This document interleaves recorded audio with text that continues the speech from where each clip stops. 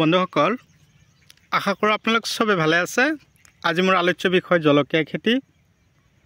তো বহুত ঠাইৰ পৰা কমেণ্ট কৰিছে, দাদা জলকীয়া খেতিৰ ভিডিঅ' লাগে। তো সেইকাৰণে মই আপোনালোকৰ মাজলৈ জলকীয়া খেতিৰ ভিডিঅ' এটা লৈ উপস্থিত হ'লোহি। মোৰ ভিডিঅ'টো স্কিপ নকৰিব, আৰম্ভণিৰ পৰা শেষলৈকে নিশ্চয় চাব। চালে আপোনালোকে নিশ্চয় গম পাব আজি জলকীয়াৰ খেতিৰ ওপৰত মই সম্পূৰ্ণ তথ্য দি দিম। আগতে যদি আপোনালোকে জলকীয়া খেতি কৰিব পাৰে তো আপোনালোকেতো 100% দাম পাবই। তাৰ লগতে কিছুমান সমস্যা দেখা দিব, সেই সমস্যাবোৰৰ বিষয়ে মই আপোনালোকক আজি সম্পূৰ্ণকৈ জনাই দিম। তো সমস্যাবোৰ কেনেকুৱা হ'ব, বৰ্তমান কিন্তু ঘন কুঁৱলী আৰম্ভ হ'ল। এই ঘন কুঁৱলীৰ ফলত গছৰ পাতবিলাক কি হ'ব, লাহে লাহে কোচ খোৱা আৰম্ভ কৰিব। তাৰ পিছত গছৰ দুটা এটা জলকীয়া কি হ'ব, কলা আৱৰণ পৰিব, দুটা এটাকৈ ফুলবিলাক সৰিবলৈ আৰম্ভ কৰিব, সৰি পৰি যোৱা আৰম্ভ কৰিব। সেই মুহূৰ্তত আমি কি কৰিব লাগিব,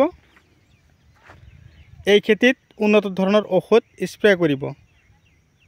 এই খেতি প্ৰথমতে আমি কেনেকৈ কৰিম, কোনটো মাহত পুলি পেলাব লাগে, আগতীয়াকৈ জলকীয়া খেতি কৰিলে খেতি কৰাৰ আগমুহূৰ্তত আমি গোবৰ সাৰ, ৰাসায়নিক সাৰ, পচন সাৰ, জৈৱিক সাৰ আৰু কেঁচু সাৰ কিমান দিব লাগে।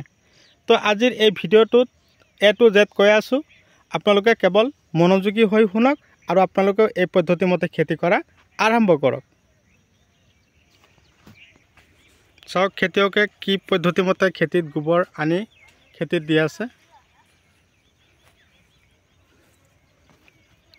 খেতি কৰাৰ পিছত খেতিত যথেষ্ট পৰিমাণে কি লাগিব, জলকীয়া খেতিত গোবৰ সাৰ। খেতিত পুলিবিলাক লগোৱাৰ আগমুহূৰ্তত আপোনালোকে সুপাৰ ফসফেট 30 কিলো,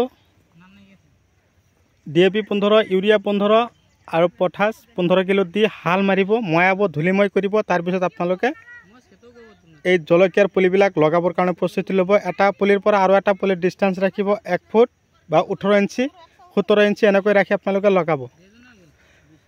লগোৱাৰ পিছত আপোনালোকে খেতিত ধুনীয়াকৈ হুইল মাৰিব, মাটি শুকাব, পানীৰ যোগান ধৰিব, যাতে এনেকুৱা ধৰণৰ গছবিলাকত কোনো ধৰণৰ বেমাৰ নাপায়। সৰুৰ পৰাই গছবিলাকত পোকৰ ঔষধ স্প্ৰে কৰিব। আৰু প্ৰথমতে আপোনালোকে মাটি নিৰ্বাচন কৰিব কেনেকৈ, যিবিলাক মাটিত উৰ্বৰ মাটি সেইবিলাক মাটিত আপোনালোকে জলকীয়া খেতি কৰিবৰ কাৰণে প্ৰস্তুতি ল'ব। এনেই বালি মাটিত আপোনালোকে জলকীয়া খেতি আগতীয়াকৈ কৰিলে কিন্তু সেই খেতিত জলকীয়াৰ প্ৰডাকশ্যন একেবাৰে কমি যাব।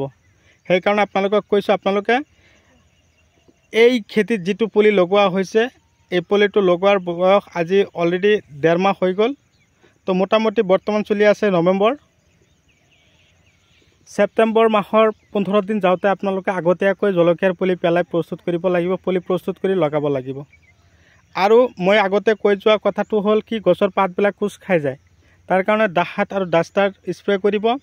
ছেকেণ্ড ষ্টেপত আপোনালোকে গ্ৰেচিয়া আৰু চেমডিছ স্প্ৰে কৰিলে আপোনালোকৰ খেতিত আৰু কোনো ধৰণৰ প্ৰব্লেম নাথাকিব। আৰু জলকীয়াৰ এই ফুলবিলাক সৰি পৰি যায়, তাৰ কাৰণে আপোনালোকে জুৰিঅ' প্লাছ স্প্ৰে কৰিব। এইটো হ'ল ফাংগিচাইড। সেইটো যদি আপোনালোকে বিচাৰি নাপায়, লখন্দি স্প্ৰে কৰিব।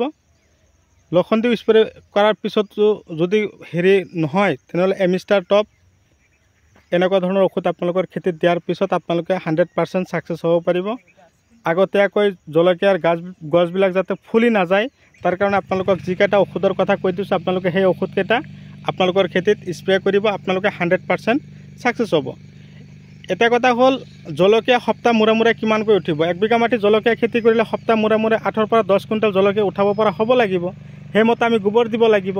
প্ৰতি বিঘাত 2 পৰা 2.5 গাড়ী গোবৰ দি আপোনালোকে জলকীয়া খেতি কৰিব, তেনেহ'লে আপোনালোকৰ খেতিত আৰু কোনো ধৰণৰ সমস্যা নাথাকিব। ইফালে কিন্তু ফুলকবি আৰু জলকীয়া একেলগে কৰিছে। ফুলকবিটো এতিয়া আহিয়ে গৈছে, ফুলকবি অলৰেডি আহি গৈছে। এতিয়া ফুলকবি যেতিয়া কাটি শেষ কৰা হ'ব, সেই মুহূৰ্ততে জলকীয়া খেতিটো জলকীয়া আহি আছে। ইফালে ফুলকবি এইটো কাটি দিয়াৰ পিছত এইখিনি জাগা খালী হৈ যাব।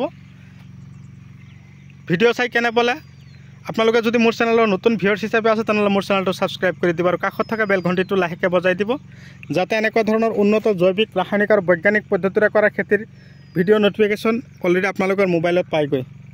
তো আজিলৈ এৰিছোঁ, পৰৱৰ্তী ভিডিঅ'ত পুনৰাই লগ পাম। Bye bye.